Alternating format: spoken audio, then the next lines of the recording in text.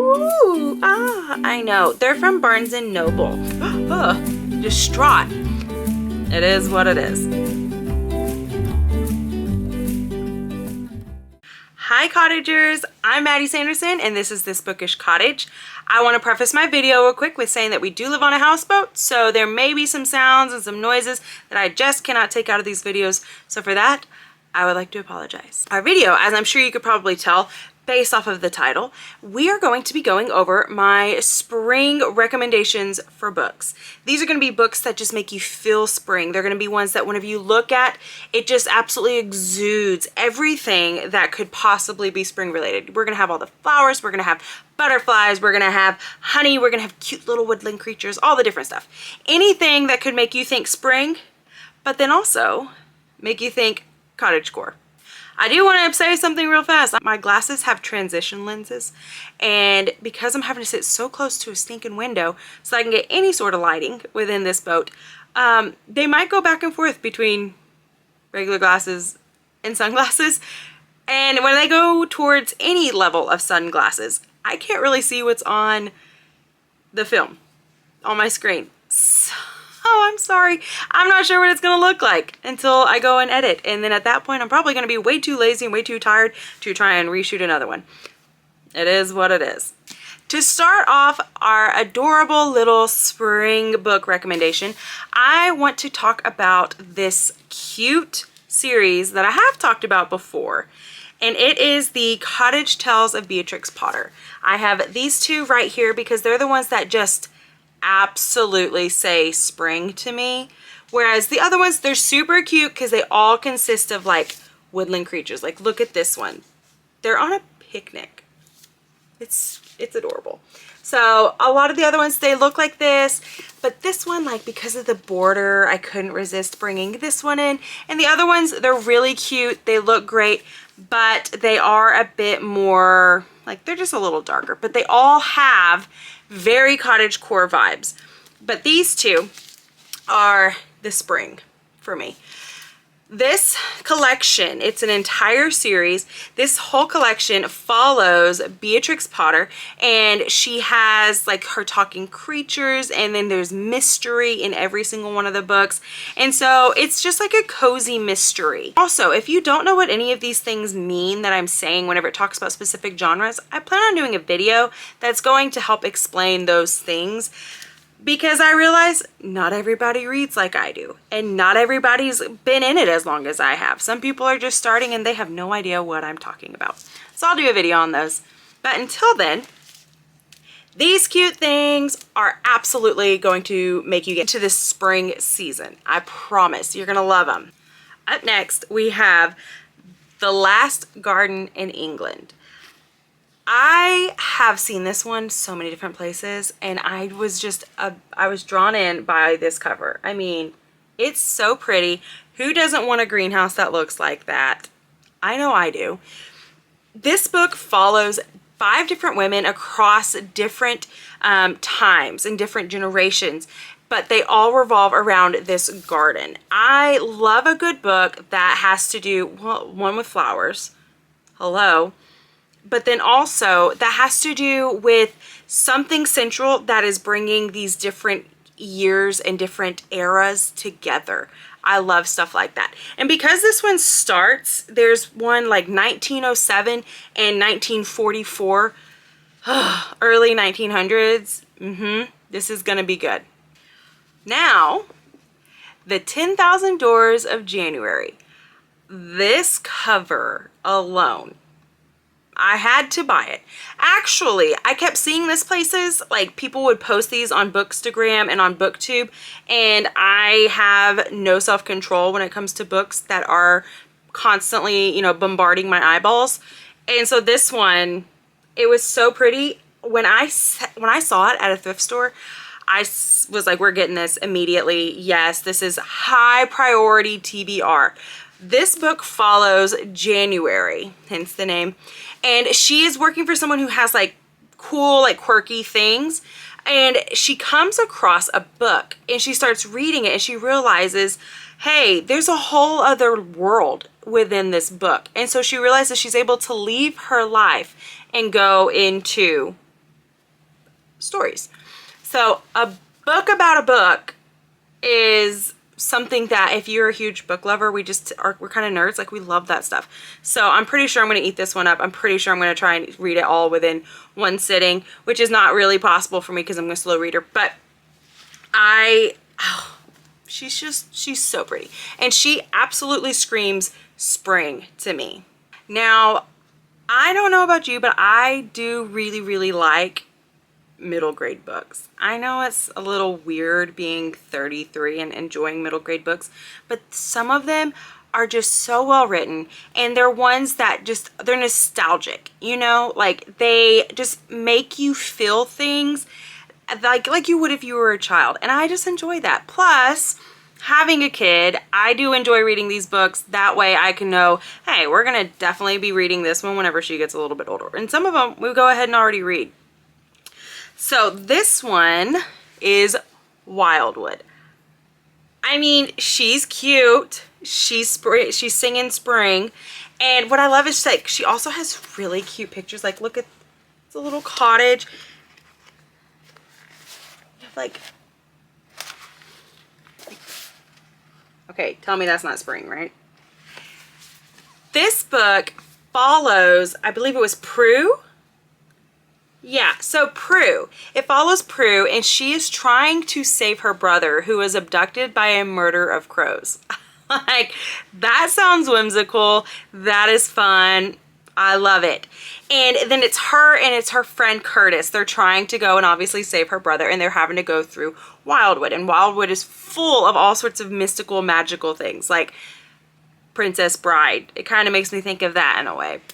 She's thick, you know. So we're going to be here a while when we read this one, but I love a good book that you know is going to have a good ending. You know there's going to be a lot of great character development, because middle school does really good at trying to present characters who grow, because their audience, that's where they're at in life. I think Wildwood could also work as like a winter book because of like what it looks like, but at the same time, it looks like spring to me. So I think this one will definitely get us into the vibe. Now we are going to move on to Uprooted. I love this one because it's obviously very spring to me. I love that we have like a castle going on. We have like flying books over here. She's just a really pretty cover, which they always do really, really good with Naomi's covers. I'm obsessed with every single one of them. This book follows, I'm not even sure how you say her name, Agnieszka, maybe? Anyway, so she lives in like this cute little quaint village, and there is going to be a dragon is going to choose a woman. Every 10 years they have to do that, because that's what the dragon's price is to help keep them safe from the terrifying woods that they live next to. This one is full of magic. It's full of whimsy. And I mean, what could you not love about little quaint villages? To me, that is very much like your cottage core vibe. If I could live in a tiny little village and like my little cottage, my little hut, oh, I'd thrive. I would thrive there. So we have Uprooted. Next, we have a very cute and funny rom-com. We have Hedging Your Bets. This is absolutely meant for spring because of the fact that, one, it has everything to do with gardening. So you're following Jillian, who is a recently divorced woman, and she's tried all the different ways of dating, and a lot of people, like you have all your men who are like fat shaming and things like that. And so she finally says, you know what, I'm done. I'm going to pay attention to my garden and gear up for the competition that's on the way. Their town does a competition for their gardens every year. So that's what she's going to gear up towards. And then Noah comes into the picture, and there's sparks that are kind of flying. It's really great. And then he accidentally, as far as we know, ruins part of her garden, like completely flattens it. So that obviously flattens any sparks that there were. So now you're dealing with these two people who there was chemistry, but now is there still chemistry? Can she forgive him? Can they move on? Can there be love? Oh, it's just a cute little feel-good book, and it makes me think of spring. Okay, now this one is very specific. The cover on this one does not necessarily make me think of spring, but the book itself does. And then there are many other covers within this series because it is a very long series, and they absolutely make me feel like I am in spring. The books that I am talking about is At Home in Mitford. I'm not sure if you've heard of this. I had heard of this my entire life, and then I finally sat down and read it, and I was hooked. I am so hooked that I have literally been trying to find every single one of her books in a hardback edition, and I literally just found this one the other day. I had not been able to find this one for a long time. And now I'm debating on if I want to get one specific, because they have different publishing covers. So there's like these ones which are kind of basic, but they're, you know, cute. This one has Mitford up at the top. But then they have other ones that are a little bit more like modern, and I like those ones too. So I'm trying to figure out which one I want to do. But anyways, this one follows Father Tim, and he is an Episcopalian preacher, and it's just his life. Like, it's, when you're explaining it, it doesn't sound great because you're just following somebody's life, but it is a cute story, and the way in which this town is described, I love it. Like, let me show you a map of this town. This is one of the newer ones of hers. You see what I mean? It's so pretty, but the inside, there's your map. Like, oh, isn't she so pretty? And I love it. So the streets are also called, like, so you have like Wisteria Lane, and you have Lilac Road. Oh, it just screams spring to me. And this is exactly what you think about whenever you're reading the book, is this cute, quaint town, and they live in their little cottages, and they're constantly talking about cooking and things. And like, what's so fun is that Jan Karen, the author of these, she actually wrote a cookbook that gives you all the recipes from all the different books. And yes, I own it. And I have actually cooked out of it and have loved everything I've cooked. So that's phenomenal. So anyways, all that to say, I highly recommend reading the Mitford series. Obviously, this is not the first one, but they're so worth it. They're so cute, and they're just feel-good books, and they absolutely make you think spring. This next one is not necessarily one that you just sit and read. This is more for someone like me who, I used to be a flower farmer, so I love anything that has to do with flowers. And this is definitely up my alley. So we have Floriography. She is so pretty. And all she is just a book about flowers. Every single page is flowers. But what I love is that it gives the meaning of the flower. So let's do a belladonna. It gives the meaning of your flower, and then it gives you your origin, and then it says if you pair it with these certain flowers, what that's going to mean. So if you give these flowers to somebody with these pairings, that's what you're interpreting. I love it. I love it. And she's so pretty.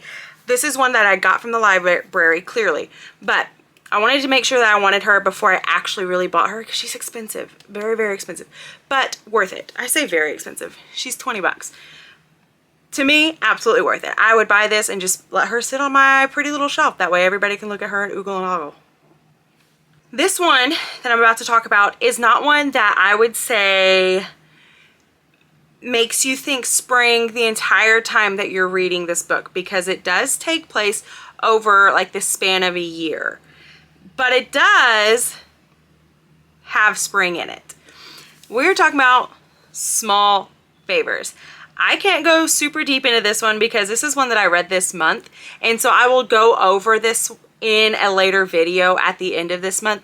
But this was such a good book, and it follows a small little town. Like, think The Village. You know how there's like this small town in the middle of the woods? That's kind of what's happening here. You have the magic that's happening here as well.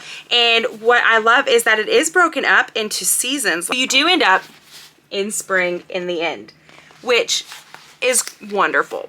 But the entire time that you're reading it, so it has to do with bees. That's why there's like the honey that's on there. And it has to do with the flowers. Like, they grow wildflowers because they are bee farmers. And so it talks about all these things that just make you feel like you're in spring, even if they're in the dead of winter, because they're constantly longing for spring, which I know many of us get to that point. So Small Favors is one I highly recommend for you to put at the very, very, very top of your spring reading list. This next one, so many people have it on any list that you can possibly think of because it just has the highest marks across the board. But to me, I think it's best read in spring. And I am talking about Emily Wilde's Encyclopedia of Fairies.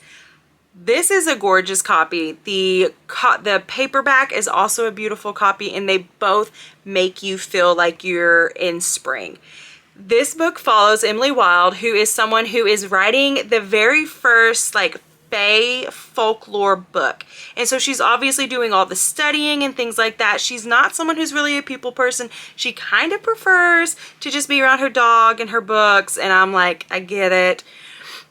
But she eventually runs into her, what would be considered her academic rival. And he is dashing, he's handsome, he's charming, he's making all the townsfolk fall in love with him, and is starting to cause a little bit of mayhem for her. So in order for her to figure out the secrets, the things with the fae, but then also trying to understand who is this Wendell, she has to unlock her own heart. And so it's a cute little book. It's definitely something that makes you have all the warm feelings, and it just makes you want to go and wander and explore your own woods and look and see, are there any fae here? Up next, we have Pride and Premeditation. This is based off of Pride and Prejudice. The cover alone makes me think of spring, but then also anything Jane Austen, it just makes me want to frolic in the fields and plant all the tulips that I possibly can. What this book has done is it has taken Pride and Prejudice and it has made it into a little bit more of a modern take. So a murder happens and you have Lizzie Bennet, who is extremely interested, and she's a law enthusiast, and so she wants to become the lawyer for this case. That way maybe, just maybe, she can finally move up in the world and start her career as a lawyer. But what happens is that the person on trial already has their lawyer, and it happens to be Mr. Darcy. So you're following along as Lizzie and Darcy, same sort of thing as Pride and Prejudice, but there's, you know, they're bantering, they're bickering, they're all the aboves. And she slowly starts developing feelings for him, but she knows that she wants to have this career as a lawyer, but she also knows that this career could also possibly get her killed. So it is following along on that to see, what does she decide, where does she end up, and do they end up falling in love? The last set of books is one complete stack, and did I buy them only so that they would be pretty? Yes, but also because they're classics, and they're ones that I highly recommend for you to read in the springtime. And this is my pretty stack. Ooh, I know. They're from Barnes & Noble, and I love them. I think that they're wonderful. They have all the shimmers and the shines. They're just so pretty. So we have The Wind and the Willow, which of course is one that I would highly recommend for you to read in the spring because it has literally talking animals. It's the cutest little read. Piper loves this book, and I do too. And then we have Anne of Green Gables. And if you've never read Anne of Green Gables, please do not be like me and wait until you're 32 and finally listen to the audio version of it. It is so good. And the entire time I was listening to it, I was just like, oh my gosh, I wish it was spring. I wish it was spring. And I'm pretty sure I was listening to it in fall because I remember drawing a pumpkin when I was listening to it.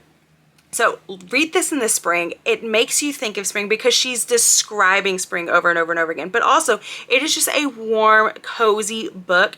It is one of those that the main character, Anne, obviously, she is just a quirky, funny character, and you just fall in love with her. But you also fall in love with all the other characters that are involved. And you just realize, I love this book.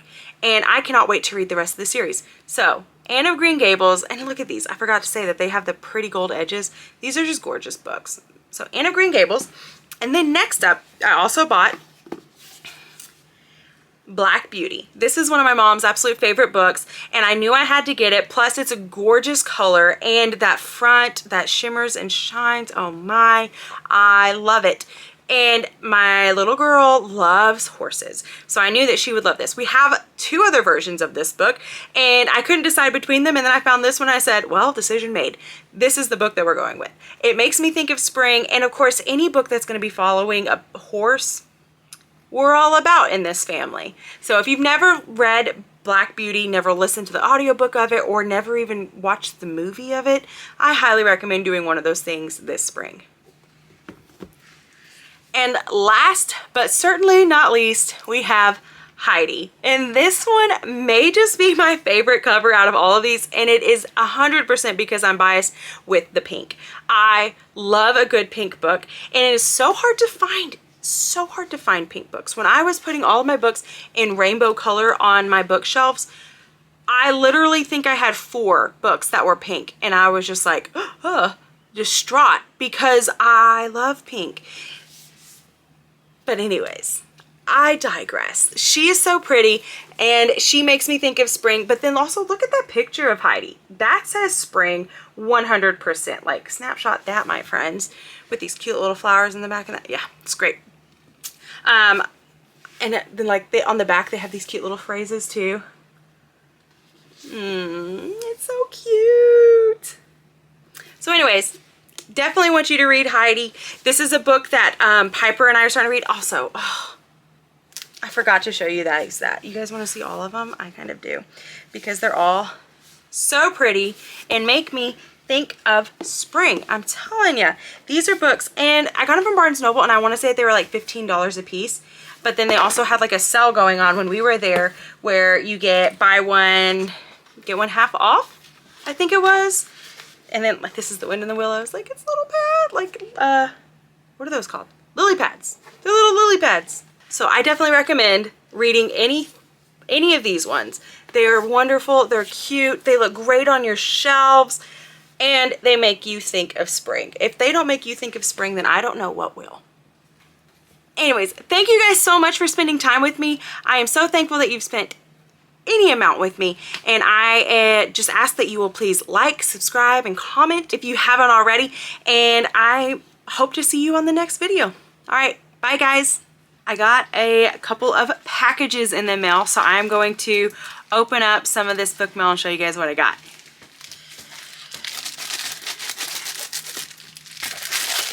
The first one, is Cold Clay, and I believe the second one is going to be a part of this series. Let me open it and see. Oh, it's not. Okay, so that's a shock. So this is one. The Cold Clay is actually from Shady Hollow. It is a series, so this is the first one that I got in. I have all of them coming my way, and I bought these. But then this one, To Speak His Name, I actually got this sent to me by the author. So it was Tara Johnson. I am very excited to read this one. It is about an Irish, not an Irish immigrant. She was taken to become a slave. That's what it was.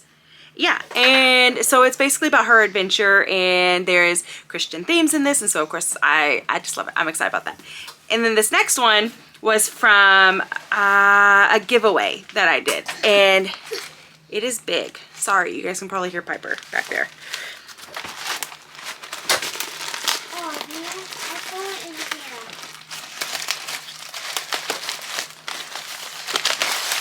Ugh. Oh, wow. They like, wow. There's like Another package? I'm not entirely sure what's going on. It's torn up pages in it. Maybe just to help with the binding. We got a letter.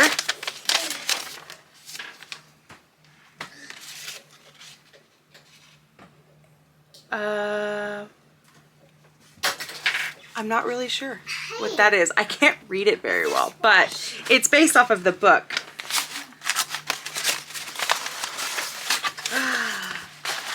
This is also, okay, this is not what I thought that it was either.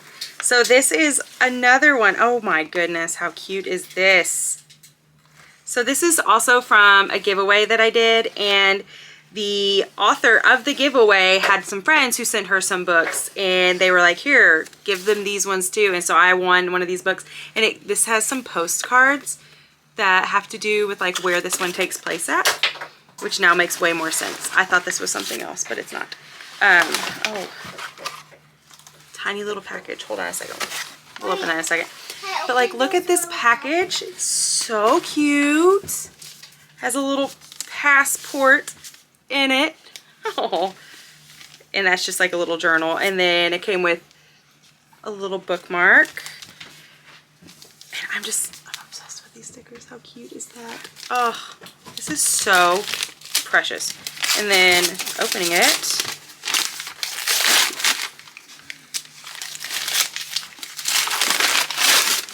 Oh my goodness, this isn't what I thought it was either. Okay, this is not from the giveaway. So this is actually from a, I'm going to be doing a, what is it called? A book tour for this book. It's called Awake in the Dawn. I thought that we were only going to be getting this as a ebook, which I have the ebook. But I am so excited to have this in hardcover or as a physical copy, because this was one that sounded amazing. As I was opening this thinking it was the other one, I was like, the other one has nothing to do with killing. So this one says they killed her father, now they're coming for her. When her dad dies during a business trip to Romania, Kat Barrett blames herself for their failed relationship. She's racked with guilt, haunted by strange dreams about the crash that killed him, and she'd do anything to have him back. Then a package arrives. It's from her dad and contains a list of clues, one of the classic scavenger hunts. Desperate for answers, she follows the clues to Bucharest and meets Maxim, I think, a local with a dark past who offers to help. Kat doesn't trust him, but when she hits a dead end, she's left with no other choice. As they work together, decoding the clues and trying unsuccessfully not to fall for each other, the scavenger hunt reveals a deadly secret the dreams have been pointing to. Something Maxim's old crime ring has been hiding all along, and Kat has walked into their trap. Can she beat them to the final clue and solve it before she suffers the same fate as her dad? Which sounds amazing. And that makes way more sense what this paper has to do with. It's the scavenger hunt. Oh my goodness. I'm so excited about that one. And then we got the little package that came with it, which Piper wants to open. You want to come open it? Sure. Yeah.